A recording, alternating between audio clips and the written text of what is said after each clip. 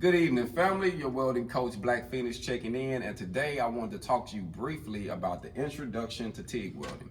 TIG welding is mostly used on thinner material and also on alloys, aluminum, stainless, different alloy materials. Sometimes, you'll see it used on carbon steel. That's actually what we're going to do some practicing on, is this carbon piece of steel. I actually put up a little T-joint and a flat piece of metal.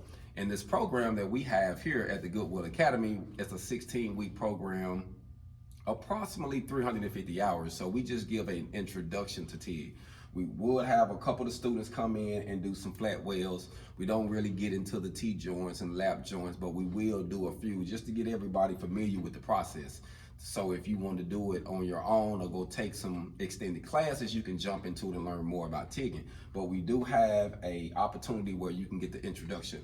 And it depends on how you utilize your time, or if you're a fast learner, we probably can dive into it and you can get some lap joints and T-joints done. But for the sake of time, normally all we do is just give you the introduction because we want you to get sufficient in stick welding and MIG welding / flux core. Those are two processes that we actually test on and we try to get you certified in. But TIG welding is a need. I'm in Arkansas, family, and they got a lot of different chicken houses, a lot of different plants that actually you go in and do some TIGging on stainless. Now, I did a lot of TIGging on stainless and aluminum. I was doing stainless flanges on pipe, and we was making parts with aluminum, using aluminum with it. So it all depends on what you're doing, but a lot of pipe welders, they do a lot of stainless in the field. So if you're jumping into the field doing pipe welding, there's a few different techniques when you pipe welding versus structural welding or TIGging something together structurally. So those who are pipe weld, a lot of times they walk the cup, they do some nice pretty beads, but if you're just putting something together, some small edges, or you welding something around, a lot of times you don't do a lot of walking the cup. A lot of times it's free-handed, when you holding it free and you dapping it in or going around, or you just using a torch by itself and you heating the metal up and you doing the bead going back and forth with your torch tip. So there's a few different processes that you can do with the torch tip when you TIGging, but I think one of the main things that everybody dive into is actually different type of metals like stainless and aluminum. But right now, for the sake of time, all we have is some carbon steel plates. This is probably, I'm gonna say this is probably 14 gauge, 16 gauge plates that we're using. I actually made a little T-joint, and I was gonna do a few beads on it, because the main practicing when you get into this process, if you stick welding, if you MIG welding, up flux core welding, you have to run beads, fam. I think this one right here is a little warm, but it's all about running beads on plate. And you'll run them beads on a plate until you fill this plate up and this plate just get big. But you got to start with just running beads, fam. Just running beads on the plate. And for a rule of thumb, when you are practicing and learning how to do this, you want to practice with your left hand and your right hand. So I would say you run a bead with your right hand with the torch in your right, then you turn around and you run a bead with the torch in your left. And it's not going to be as best as whatever strong hand you are, but you want to get sufficient in it, so you want to practice. Practice make perfect. The more you practice, the better you're going to get, fam. But I will say this, I'm a combination welder, and I have done TIGging, MIG, flux core, stick in the field, and I really do enjoy TIG jobs. I mean, I think that TIGging jobs are awesome. They're just a little slower, the process, only because it takes a little bit more time, and the metal needs to be clean. Cleanliness is next to godliness when you're TIGging. You got to keep it clean. And when you're using the torch, and especially on stainless and regular steel, you want to have a point. You want to sharpen it to a pointed edge in. It makes the weld just work out a lot better, and about a 1/4 inch stick out is what I like to have. Now, if you was doing aluminum, you have more of a ball on the end. It's a different type of technique you'll use. But doing this right here, you just want a sharp edge on it. Keep it real sharp. Try to keep it clean. Try to keep from putting your rod into it. That's the main thing that happens a lot. You get to trying to do it and you touch this, and once you contaminate your tungsten, you got to take it out, clean it off, get back into the process, and then start again. Normally they want to clean this end too, because you contaminate both ends when you touch it. So it'd be a smart thing to cut this end off with something to cut it off and keep dabbing into it. So I'm gonna do a small screen bead here. just to show you some of the processes. But like I say, we only teach the introduction, but I am a combination welder, but we do more fast track welding, meaning trying to help people get fast track jobs. And a lot of people jumping into plants and construction companies, they need to learn how to MIG weld / flux core and stick weld. That's where the money at right now. Now it's good money in TIGging, don't get me wrong, but TIGging takes a little bit longer to learn. It's a little longer process and slower process. But we're gonna dive in, and I'm just gonna do a straighter bead to give you an idea. So hopefully you can kind of see it, and I'm gonna run it from here. You ready? Yes, sir. Let's dive. So normally you want to get it till your metal gets a little red.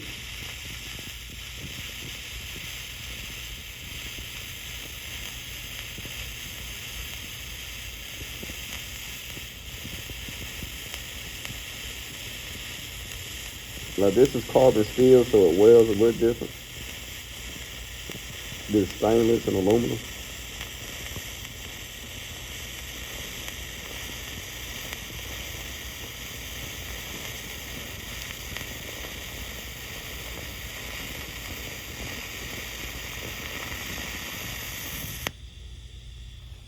I like to take my time and let the torch come off there slowly.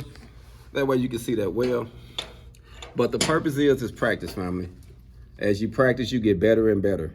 But you have to start by practicing. And the main thing is trying to keep your rod from touching your tungsten when you're welding. You don't want to do that. That can cause you contaminations. So just keep that in mind. But you're gonna have to run several beads all the time. But I really think this is a cool process. I'm gonna run one more on the bottom of this T-joint. I actually just want to run it to give y'all an idea.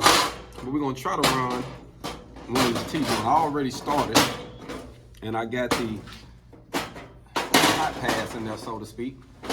And now we're gonna run like a 3-pass filler. But I wanted to try it with this. This will give y'all an idea of what you're looking at. You ready to dive in? Yep. All right, okay. Now I do got a foot pedal, but it's acting a little funny on me.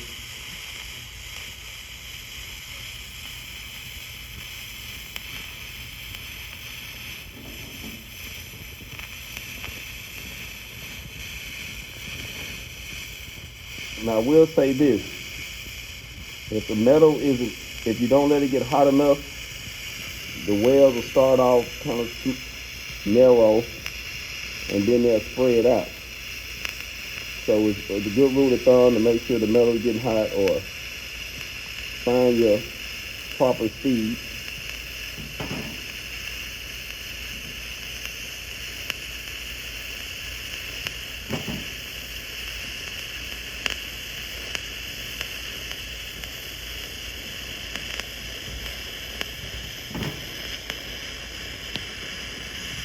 Now I will say this is a process you can learn from home.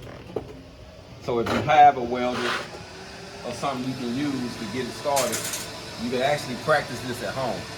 So I would say that TIGging is a needed process in the industry, especially for alloy materials and thinner materials. But if you're trying to fast track it and get a job, MIG, flux core, and stick welding is where it's at.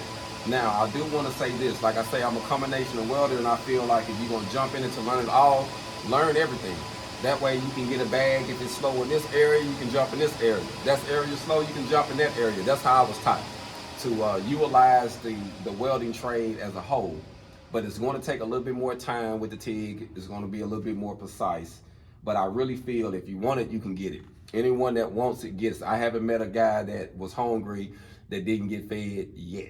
So just keep that in mind. But like I say, in this program, all we do is just teach an introduction to it, teach you how to run a couple beads, teach you how to set it up, get your gas right, and set everything up. But if you want to gain more information or gain more experience in it, I ask you to try to find a program that teach straight TIGging, where you can go in and get some good TIGging lessons, or you can get you a machine and you can actually learn from home, family. There's a lot of good YouTube videos out there that can teach you verbatim how to do it, and you're going to pick it up the more you practice. But it's good to have someone to tell you when you're right and you're wrong, like what you're doing right and what you're doing wrong, because you can master the wrong way of doing something. You know what I'm saying? You're like, oh man, I've been doing this forever. That don't mean you've been doing it right. You know what I'm saying? So I would say just keep practicing. I even practice all the time, but this is just a small introduction to TIG. And like I say, our main goal here is to teach a person how to MIG, flux core, and stick weld. But we do give a person an introduction to it, give them some practice to figure out if this is something that they want to do with their time. Y'all be blessed. We out. Hold on.